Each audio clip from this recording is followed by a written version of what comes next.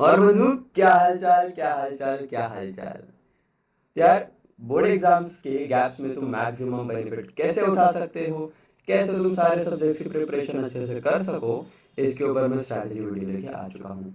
बहुत सारे लोग स्ट्रैटेजी वीडियोस लेके आते हैं, लेकिन इस बात की मैं अश्योरिटी देता हूँ कि अगर तुम मेरे साथ एंड तक बने रहे तो सारे भी सब्जेक्ट्स को मैक्सिमम टाइम कैसे दे सकते हो प्रिपरेशन के लिए, और उसमें मैक्सिमम स्कोर कैसे करोगे, ये सारी चीज़ की चिंता तुम्हारी दूर हो जाएगी। Okay, so let's get started. तो यार, अब हम सब जानते हैं कि अब इंग्लिश एंड हिंदी के लिए तुम्हारे पास ऑन एन एवरेज 4.5 दिन का गैप है, ठीक है। हाँ, मैं मानता हूँ कि ऑलरेडी एक दिन बीत चुका है। 4.5 डेज कैसे सर, कल बीता हुआ आधा दिन। Okay, so English and Hindi के लिए 4.5 डेज का टाइम है। अलजेब्रा ज्योमेट्री के लिए देखिए 1.5 2.5 डेज। साइंस 1 एंड 2 के लिए सिर्फ 1.5 डेज ईच। तो ये अगर यहाँ पे ध्यान से देखोगे तो किसी के लिए बहुत ज़्यादा टाइम है, किसी के लिए बहुत ही ज़्यादा कम टाइम है। तो अब इस वीडियो में हम देखेंगे कैसे हिंदी हम 2.5 डेज में, और मैथ्स 1 एंड साइंस 2 के लिए 2.5 डेज कैसे बना सकते हैं। मैथ्स 2 एंड साइंस 1 को 2 या उससे ज़्यादा दिन में हम कैसे पढ़ सकते हैं, ये हम देखने वाले हैं। ओके, सो बेसिकली हम सब जानते हैं। हाँ, कुछ लोगों के मन में ये सवाल आएगा, अरे सर, यहाँ पे 4.5 दिन में से तो एक दिन ऑलरेडी चला गया है, बीत चुका है जब आपने वीडियो डाला है। तो नो इश्यूज, उसके बारे में भी हम बात करेंगे। पहले कुर्सी की पेटी बांध कर कृपया करके लेक्चर में ध्यान दें। ओके, एंड ज़रूर हो सके तो इन चीज़ों को नोट करें। ओके, हाँ। So basically English and Hindi में 4.5 दिन का गैप है, जहाँ पे मैं अगर सच कहूँ तो हिंदी के लिए 2.5 डेज इनफ है स्टडी के लिए। ना इससे कम ना इससे ज़्यादा। कुछ लोग बोलेंगे भाई 1.5 दिन हिंदी पढ़ लिया बहुत हो गया, अरे ये लैंग्वेज तो हमको आती है। प्रैक्टिकल बात बोलते हैं, अगर 80 मार्क्स का पेपर है, ठीक है, 3 घंटा देना होता है, कई लोग का पेपर छूटता है, कई लोग को आइडिया नहीं लगता कि ये पर्टिकुलर पार्ट में कैसे लिखना है। तो उसके लिए ऑन एन एवरेज भाई आपको 2.5 डेज टू 3 डेज देना ही पड़ेगा। ओके, सो ये 4.5 डेज में से हमें एक दिन देना है किसको, मैथ्स 1 को, और एक दिन देना है हमें, एक दिन हमें देना है यहाँ से किसको देना है, हमें साइंस 2 को देना है, ठीक है। सो इससे क्या होगा, 4.5 डेज में से एक दिन हमारा मैथ्स 1 पढ़ के हो गया और एक दिन हमारा साइंस 2 पढ़ के हो गया। ओके, फिर उसके बाद अब यहाँ पे देखेंगे तो मैथ्स 1 के लिए जहाँ 1.5 डेज था, अब वहाँ पे यहाँ का एक दिन लगा के 2.5 डेज की प्रिपरेशन हो जाएगी। फिर उसके बाद जब हम देखें ये एक और दिन, तो 4.5 डेज में से एक दिन और, यानी कल वाला दिन, ठीक है। अगर यहाँ पे हमने क्या क्या क्या क्या, अगर एक दिन हमने साइंस 2 पढ़ लिया, तो वहाँ पे जहाँ 1.5 डेज बन रहे थे, अब वहाँ पे टोटल बन जाएंगे आपके 2.5 डेज। ओके, फिर उसके बाद अगर हम देखें तो साइंस, अब मैथ्स 2 के लिए कितने 2.5 डेज है, मैं प्रैक्टिकली बताऊंगा यार कैसे मैथ्स 2 तुम 2 दिन में बिल्कुल बढ़िया तरीके से कवर कर सकते हो। तो 2.5 डेज में से जो पहला आधा दिन, यानी जिस दिन तुम मैथ्स 1 का एग्जाम दे के आओगे, उस दिन तुम्हें मैथ्स 2 नहीं पढ़ना, उस दिन तुम्हें पढ़ना है साइंस 1। ओके, एंड यार इस बात की मैं अश्योरिटी दे सकता हूँ, अगर तुम इन बातों को फॉलो करोगे तुम्हें मैक्सिमम बेनिफिट मिलेगा, ठीक है। अब मैं बताऊंगा कैसे। ओके, पहले इस चीज़ को देखते हैं। ओके, हाँ। तो यहाँ तक बंधु आपने क्या बताया, आपने बताया 4.5 दिन में से एक दिन मैथ्स 1 करना है, एक दिन हमें साइंस 2 करना है, और बाकी जो 2.5 डेज हैं उसमें हमको क्या करना है, उसमें हमको प्रिपेयर करना है अपना हिंदी, ठीक है। फिर उसके बाद मैथ्स 1 के लिए जो 1.5 दिन है, यहाँ 2.5 दिन बन गए। एंड वैसे ही बाकी जगह चीज़ें हुई हैं जो आप देख सकते हो। एसएसटी में हिस्ट्री के लिए तुम्हें 2.5 डेज मिल रहे हैं। अब प्रैक्टिकल बात बोलता हूँ, 2 दिन मोर देन इनफ है हिस्ट्री के लिए। तो जहाँ ज्योग्राफी के लिए आपको 1.5 डेज मिल रहे हैं, वहाँ हिस्ट्री के लिए जो पहला हाफ डे है, वहाँ पे आप पूरी तरह से पूरी निष्ठा मेहनत लगन के साथ ज्योग्राफी पढ़ेंगे। ओके, हाँ जी। तो यार मोटा मोटा समझ में आ गया है कि हिंदी 2.5 दिन पढ़ना है। अब सर, प्रैक्टिकल बात तो ये है कि हमारा एक दिन ऑलरेडी बीत गया। जब आप ये वीडियो डाल रहे हैं एक दिन ऑलरेडी बीत गया, तो अब क्या करें सर, हमारे लिए बात कैसे वैलिड है। तो यार, अब ऐसा तो है नहीं तुमने कुछ भी नहीं पढ़ा है, कुछ ना कुछ तो पढ़ा होगा, है ना। और तुम बोलो सर वाकई में हमने कुछ नहीं पढ़ा, तो भी कोई दिक्कत की बात नहीं। क्यों दिक्कत की बात नहीं, इसलिए बिकॉज आगे जो मैं तुम्हें स्ट्रैटेजी बता रहा हूँ मैथ्स 1 के लिए, वो तब भी एप्लीकेबल है, अब भी एप्लीकेबल है। ओके, हाँ जी। तो ये एलोकेशन हो गया। ओके, अब यहाँ पे प्लानिंग के हिसाब से मैं बताऊँ, कल बीते हुए कल में तुम्हें 4 बजे, दोपहर 4 बजे से आज के दिन दोपहर 4 बजे तक में मैथ्स 1 करना था, ठीक है, नहीं किया, स्टार्ट नहीं किया, पता ही नहीं था, कोई दिक्कत की बात नहीं है, मैथ्स में के लिए सिर्फ 1.5 दिन है। ओके, बातों को सुनेंगे, सब चीज समझ में आने वाली है। ओके, हाँ, तो यहाँ पे तुम्हारी प्लानिंग बता देता हूँ। तो 27 बीते हुआ 27 से 28 4 बजे तक तुम्हें मैथ्स वन के 3 से 4 चैप्टर निपटाने हैं। अब तुम बोलोगे हमारे पास टाइम ही नहीं है सर। अरे भाई कोई दिक्कत की बात नहीं, ठीक है, सब्र करो। फिर 28 यानी कि आज का दिन 28 से कल 1 तारीख तक, दोपहर के 4 से कल के 4 बजे तक तुम्हें साइंस 2 के 4 से 5 चैप्टर और साइंस 1 का कोई भी एक चैप्टर निपटाना है। अब उससे बेनिफिट क्या होगा? सी, अब यहाँ पे अगर साइंस 2 के हमने 4 से 5 चैप्टर निपटा दिए, तो बच्चा जब एक्चुअल में तुम प्रिपरेशन करना स्टार्ट करोगे, दैट इज आफ्टर तुम्हारा मैथ्स 2 का एग्जाम, हाँ साइंस 1 का एग्जाम, तुम्हारे ऑलरेडी 5 चैप्टर प्रिपेयर हो गए। तुम्हें उस दिन सिर्फ 5 चैप्टर और प्रिपेयर करने हैं, 4 से 5 चैप्टर, और अगला पूरा का पूरा दिन तुम्हारा सिर्फ extra revision, practice, PYQs, sample paper solving के लिए बच जाएगा। यानी तुम ना सिर्फ प्रिपेयर हो जाओगे अपने बोर्ड एग्जाम के लिए, लेकिन तुम मोर देन प्रिपेयर होके 40 में से वर्स्ट केस में भी 37-38 स्कोर कर लोगे फॉर साइंस 2। ओके, हाँ, तो क्या करना है?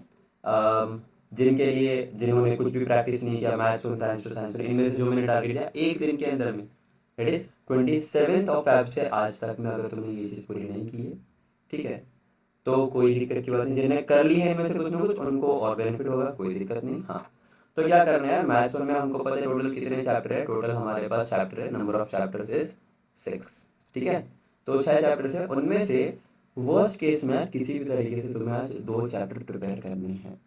अब यहाँ पे मैंने सीक्वेंस करके क्या लिखा है, जो तुम्हारे मैथ्स के 6 चैप्टर है उनमें से चैप्टर नंबर 1, 2, 3 एंड 6, ये 4 चैप्टर से मैक्सिमम क्वेश्चन आते। कहने का मतलब, अगर तुमने चैप्टर 1, 2, 3, 6 को बिल्कुल बढ़िया तरीके से प्रिपेयर कर लिया और चैप्टर 5 एंड 4 के कंप्लीट एक्टिविटीज और एक मार्क्स वाले क्वेश्चन कर लिया, मैं अश्योर करके चलता हूँ तुम्हें बोर्ड एग्जाम में मैथ्स वन में 40 में से 40 साल से कोई नहीं रोक सकता।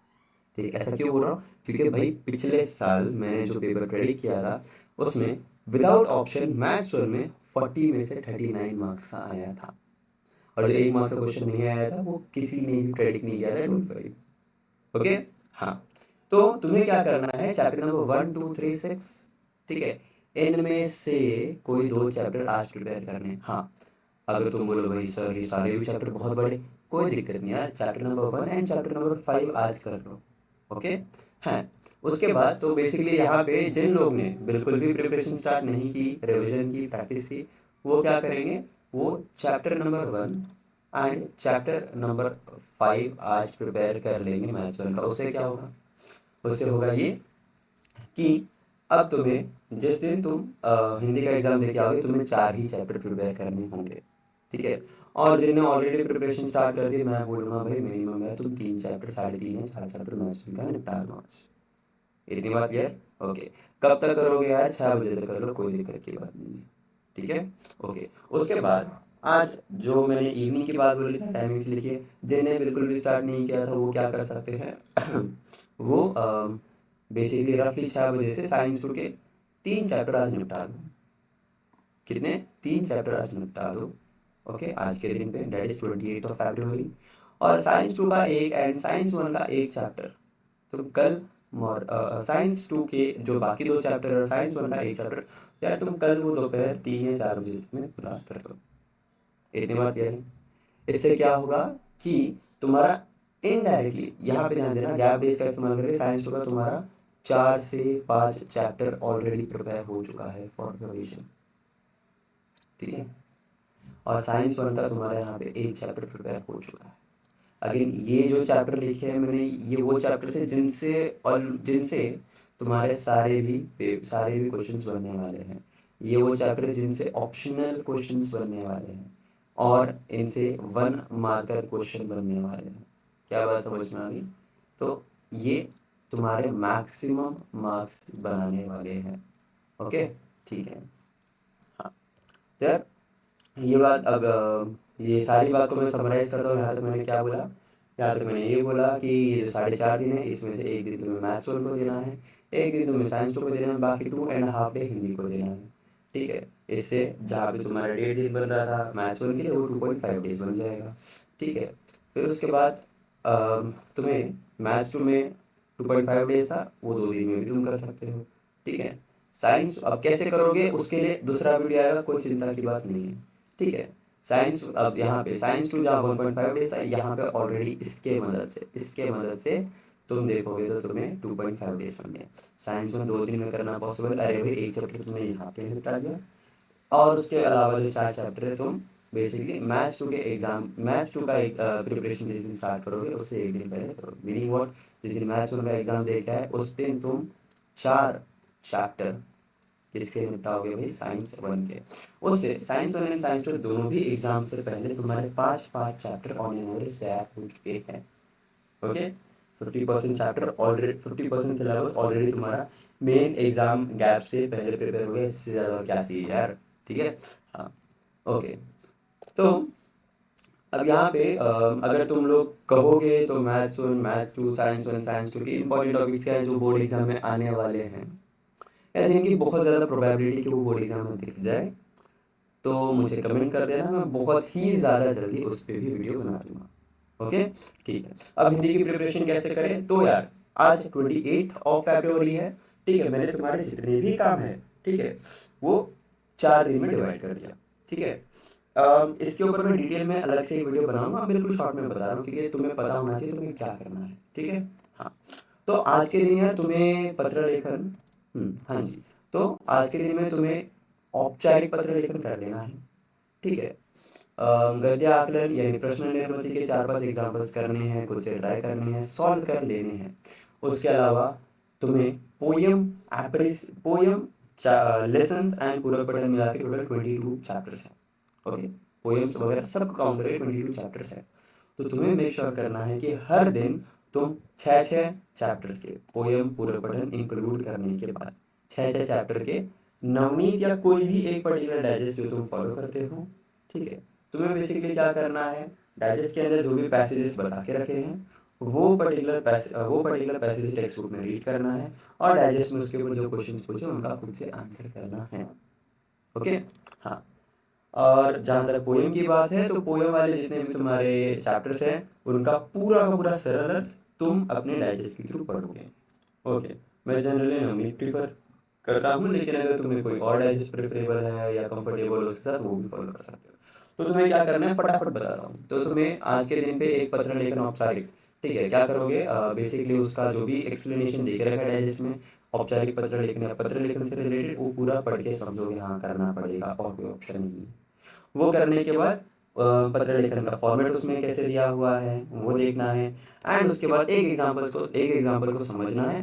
फिर उस एग्जाम्पल को खुद से तुम्हें क्या करना है, अब ध्यान से देखना, यहाँ पे मैंने कुछ लिखा हुआ है। तो पत्र लेखन को तुम्हें क्या करना है, जितना भी एक्सप्लेनेशन उसका समझना है, लर्न करना, एक एग्जाम्पल फॉर्मेट देख लेना है, एक एग्जाम्पल समझ के उसको बिना देखे ट्राई करके क्रॉस चेक करना है कैसा कर पा रहे हो, ठीक है। और फिर एक दूसरा एग्जाम्पल पत्र लेखन में खुद से प्रैक्टिस करना है, और फिर देखना है भाई इसको उसमें कैसे लिख के दिखाया गया है, और फिर जो भी करेक्शन है भाई वो करेक्शन तुम कर दोगे। ओके, इस बात का ध्यान रखेंगे। ओके, ठीक है। वैसे गद्य आकलन 6 पैसेज मैंने बता दिया तुम्हें कैसे करना है, अलग से पैसेज के लिए वीडियो चाहिए कैसे क्या तो मैं बता दूंगा। ओके, ठीक है। फिर उसके बाद कल के दिन तुम्हें वृत्तांत लेखन करना है। कुछ लोगों को कहानी सब कंफर्टेबल है वो कर लो, बट मैं प्रेफर करूँगा वृत्तांत लेखन प्रिपेयर करो, जैसे मैंने पत्र लेखन के लिए बताया। फिर उसके बाद क्या करोगे, व्याकरण करोगे, 50% कल कर लेना है। 6 पैसेज अगेन, 6 चैप्टर्स के पैसेज अगेन। फिर 2 तारीख को तुम्हें निबंध लेखन 7 मार्क्स लाता है, छोड़ना नहीं है। 3 तारीख पर नहीं डाल सकते, तो तुम्हें क्या करना है, 2 तारीख को निबंध लेखन बढ़िया से प्रिपेयर कर लेना है। ओके, जैसे बताया उसी तरीके से। व्याकरण बचाओ 50% तुम 2 तारीख को निपटाओगे, 6 पैसेज अगेन तुम्हें करने हैं। ओके, अब 3 तारीख को क्या करोगे, विज्ञापन तुम्हारा 5 मार्क्स का रहेगा, वो तुम अर्ली मॉर्निंग करोगे। विज्ञापन के अलावा जो व्याकरण है, अब मैंने बोला भाई यहाँ पे तुम्हारा 100% व्याकरण हो चुका है, ठीक है। हाँ, तो उसको उसके क्वेश्चन तो जितना भी नोट्स था तुम्हारा उसको वापस से रिवाइज करोगे, क्वेश्चन फिर से उसके प्रैक्टिस अच्छे खासे करोगे, क्योंकि व्याकरण के ऐसे लगने को लगेगा कि भाई 24 मार्क्स है, 14 मार्क्स है, लेकिन एक प्रैक्टिकल बात बताता हूँ, इनडायरेक्टली ग्रामर तुम्हारे पूरे के पूरे 80 मार्क्स के पेपर का मैक्सिमम वेटेज कैरी करता है। क्यों भाई? क्योंकि यार अगर तुम्हारा ग्रामर प्रॉपर नहीं है तो रचना विभाग यानी कि जो तुम्हारा राइटिंग्स के लिए वहाँ पे भी मार्क्स कटने हैं। सीन पैसेज जितने हैं अनसीन पैसेज हो गया ना, पठित अपठित गद्य हो गया, पद्य हो गया, पूरा वर्ड हो गया, वहाँ पे सेंटेंस इररिलेवेंट तरीके से फॉर्म होने की वजह से, इम्प्रॉपर तरीके फॉर्म होने की वजह से मार्क्स करते हैं। ओके, इसलिए व्याकरण तुम्हें यहाँ रिवाइज प्रैक्टिस करना है। और उसके अलावा यहाँ पे 4 पैसेज क्यों? अरे भाई 6 + 6 + 6 कितना होता है? 18। तो यहाँ पे रिमेनिंग 4 चैप्टर्स तुम क्या करोगे? यहाँ पे तुम क्वेश्चन आंसर फॉर्मेट में पैसेज वाइज सॉल्व करोगे। और यहाँ पे बचा बाटी जितना भी तुम्हारा व्याकरण वाला पार्ट है, हर चैप्टर के एंड में इनसाइड योर डाइजेस्ट कृपया करके उसको भी साथ साथ सॉल्व करते रहेंगे। तो इनडायरेक्टली तुम्हारा ग्रामर हर स्टेप में आज ही से प्रिपेयर हो रहा होगा। अब एक प्रैक्टिकल बात बता दो यार, इस समय मेहनत बहुत है। कोई बोला अरे सर बहुत नहीं, बहुत ज़्यादा मेहनत है। अरे देखो एक सिंपल बात बोल रहे हैं यार, आज कितनी तारीख है? 28। लास्ट एग्जाम 18 तारीख को, मैक्सिमम मेहनत 17 तारीख तक। अरे भाई क्या 3 हफ्ते लाइफ के अपने 3 हफ्ते के लिए तो मेहनत नहीं कर सकते? प्रैक्टिकल बात बोल रहे हैं यार, पूरे साल तुमने पढ़ाई की नहीं की that is a different thing. आखिरी 3 हफ्ते की फाइट मारनी है, आखिरी 3 हफ्ते की फाइट मारनी है। जिसने इसमें अपना बेस्ट दे दिया, डजेंट मैटर साल भर किसने सबसे ज्यादा मेहनत की, ये 3 वीक्स में जो सबसे ज्यादा मेहनत करेगा वो मैक्सिमम स्कोर करेगा। प्रैक्टिकल बात है, मैंने किया है भाई। मैं अपने टाइम पे 16 से 18 घंटे पढ़ता था, ठीक है, अपने टाइम का रैंकर था। मैं जानता हूँ कैसे पढ़ाई करते हैं, कैसे मैक्सिमम स्कोर कर सकते हैं, ठीक है। इसी बेसिस पे मैं बोल रहा हूँ। और 4 तारीख को जिस दिन है तुम्हारा बोर्ड एग्जाम है हिंदी का, उस दिन क्या करोगे? रचना विभाग जितना था सबका फॉर्मेट प्रॉपरली वापस देखो, 2-4 एग्जाम्पल उसके फिर से एक बार रिवाइज कर लोगे।